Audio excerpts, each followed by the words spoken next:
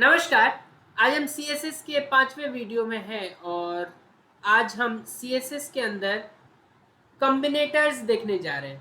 तो कॉम्बिनेटर्स में क्या होता है? अभी तक आपने प्रॉपर्टीज किस तरीके से लगाया होगा? जैसे लेट्स से पैराग्राफ पे कोई प्रॉपर्टी लगाना चाहे तो पैराग्राफ तो आप लिखेंगे बॉडी के अंदर, फिर हेड के अंदर स्टाइल के अंदर आप पैराग्राफ लिखेंगे और कुछ प्रॉपर्टीज लगाएंगे। ठीक है, आप एक से ज्यादा भी यूज कर सकते हैं, जैसे पैराग्राफ और H1 पे। अगर आपको डिफाइन करना हो कि कुछ सर्टेन पैराग्राफ पे ही हमें प्रॉपर्टी लगाना है तो कैसे करेंगे, या फिर किसी डिव के अंदर वाले पैराग्राफ पे ही लगाना है, किसी डिव के अंदर कुछ सर्टेन पैराग्राफ पे लगाना है, तो उसके लिए हम कॉम्बिनेटर्स का यूज करेंगे। बेसिकली 4 सिंबल है। पहला तो एक इम्प्टी सिंबल है, स्पेस भी बोल सकते हैं, then this greater than symbol, plus और ये निगेशन वाला सिंबल। एक एक करके देखते हैं। पहला तो है डिसेंडेंट सेलेक्टर, जिसमें हम बोल सकते हैं कि जो भी वंशज है, मतलब चाइल्ड हो, ग्रैंड चाइल्ड हो, उसका चाइल्ड हो, सारे इसमें कवर हो जाते हैं, तो उन सबको ये सेलेक्ट कर लेगा। चाइल्ड सेलेक्टर में बस चाइल्ड होना चाहिए, चाइल्ड का चाइल्ड नहीं हो सकता। एडजेसेंट सिबलिंग, मतलब जैसे ये एक डिव टैग है, तो इसके नीचे जस्ट जो H1 टैग होगा हम उसी को देखेंगे। ठीक है, हम इसके अंदर नीचे फिर पैराग्राफ टैग होगा, हम उसको नहीं देखेंगे। ठीक है, so this one is the immediate sibling, और जनरल सिबलिंग में तो ये दोनों ही आ जाएंगे। तो एक एक करके हम देखते हैं। इसके लिए कुछ तो कोड करना होगा, जो आप किस एक HTML फाइल बना सकते हैं। जो बेसिक सिंटैक्स है वो मैं लोड कर लेता हूँ। लेट्स मेक div,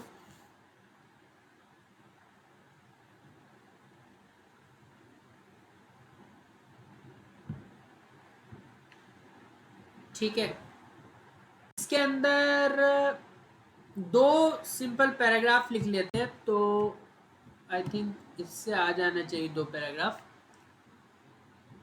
अभी कुछ कंटेंट पे हम ध्यान नहीं दे रहे हैं, इसलिए सिंपली लॉरेम जो इनबिल्ट होता है उसी का यूज़ कर ले। तो यहाँ पे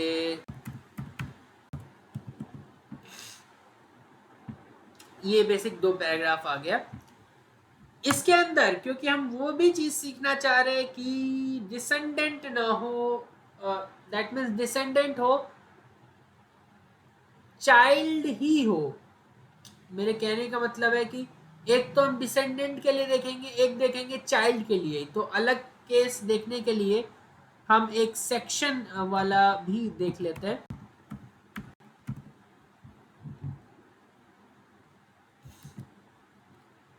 तो इस सेक्शन के अंदर भी एक पैराग्राफ डाल देते हैं विथ सम कंटेंट।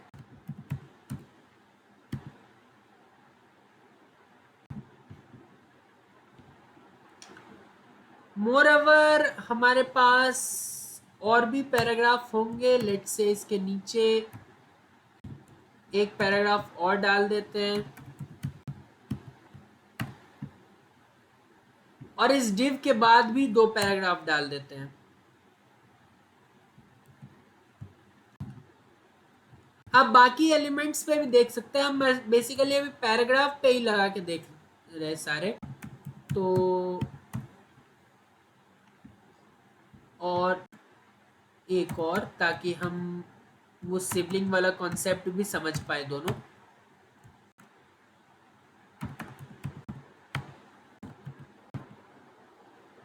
तो ये हो गया। ठीक है, अब हेड के अंदर कुछ स्टाइलिंग कर देते हैं।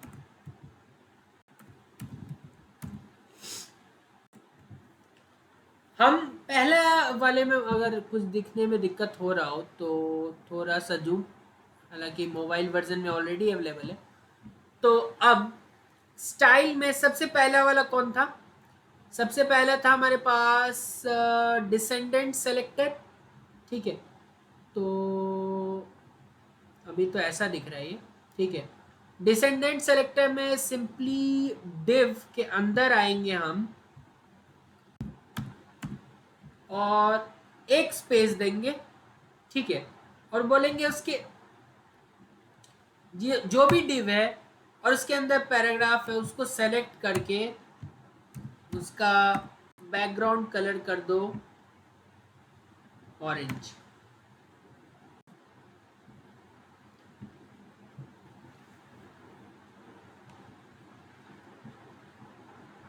देखो ये 4 हुआ। अब ये कौन सा 4 हुआ है? आ, इसके लिए ऐसा कर सकते हैं कि हम ये देखना चाह रहे हैं ये सेक्शन के अंदर जो है, तो ऐसा करो इसको हटाओ और यहाँ लिख दो सेक्शन के अंदर वाला।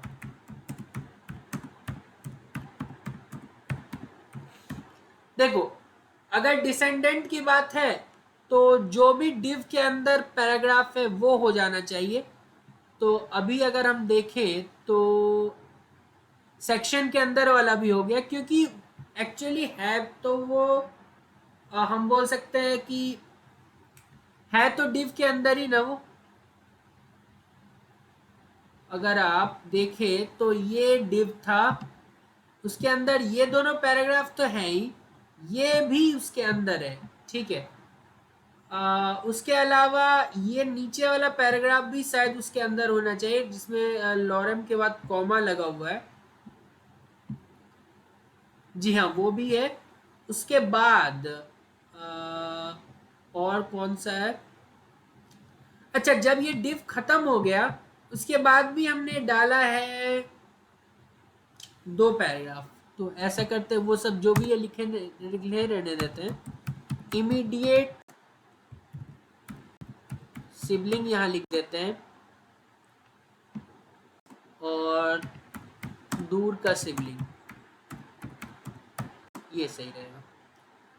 तो अब अगर देखें तो देखो इमीडिएट सिबलिंग क्योंकि वो div के बाहर था दोनों, तो ऑब्वियस बात था वो सेलेक्ट नहीं होना था। तो आपने डिसेंडेंट का मतलब तो समझ लिया ना कि div के अंदर जितने भी div जाओ वो अगर है div के अंदर तो वो सेलेक्ट होगा, ठीक है। अगला कौन सा था? अगला है चाइल्ड सेलेक्टर। अब इसमें ध्यान देना चाइल्ड होना चाहिए, चाइल्ड का चाइल्ड नहीं होना चाहिए। तो अगर आप इस सेलेक्टर का यूज करें तो स्टाइल में कुछ नहीं करना है, यहाँ पे बस एक ये सिंबल लगाना। अब देखो सेक्शन के अंदर वाला नहीं आया क्योंकि div के अंदर जो पैराग्राफ था वो तो आ गया, लेकिन div के अंदर सेक्शन के अंदर पैराग्राफ था वो नहीं आया। तो वही चीज ध्यान रखना है कि ये देखो div के अंदर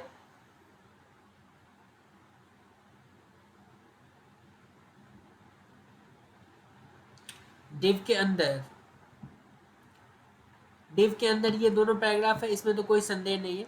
div के अंदर सेक्शन के अंदर पैराग्राफ है तो ये नहीं आना चाहिए, ठीक है। अच्छा ये पैराग्राफ भी div के अंदर ही है, पहला दूसरा तीसरा, ठीक है।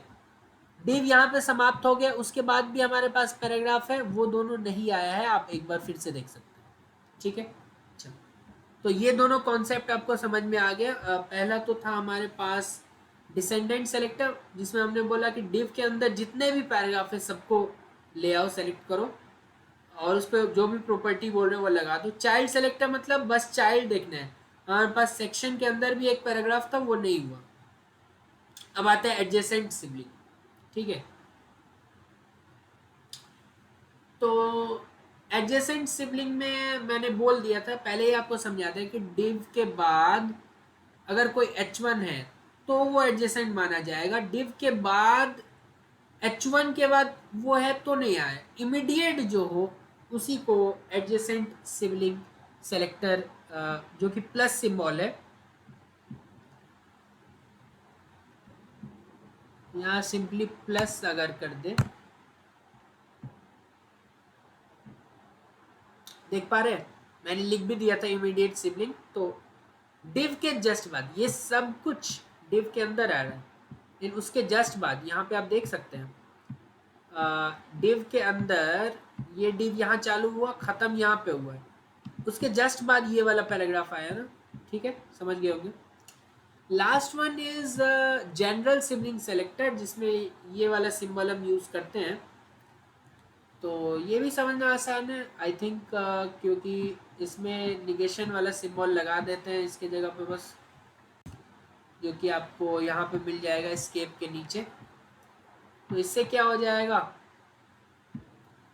इससे उसने बोला कि क्या बोल रहे हैं वो, जनरल सिबलिंग मतलब सारे सिबलिंग।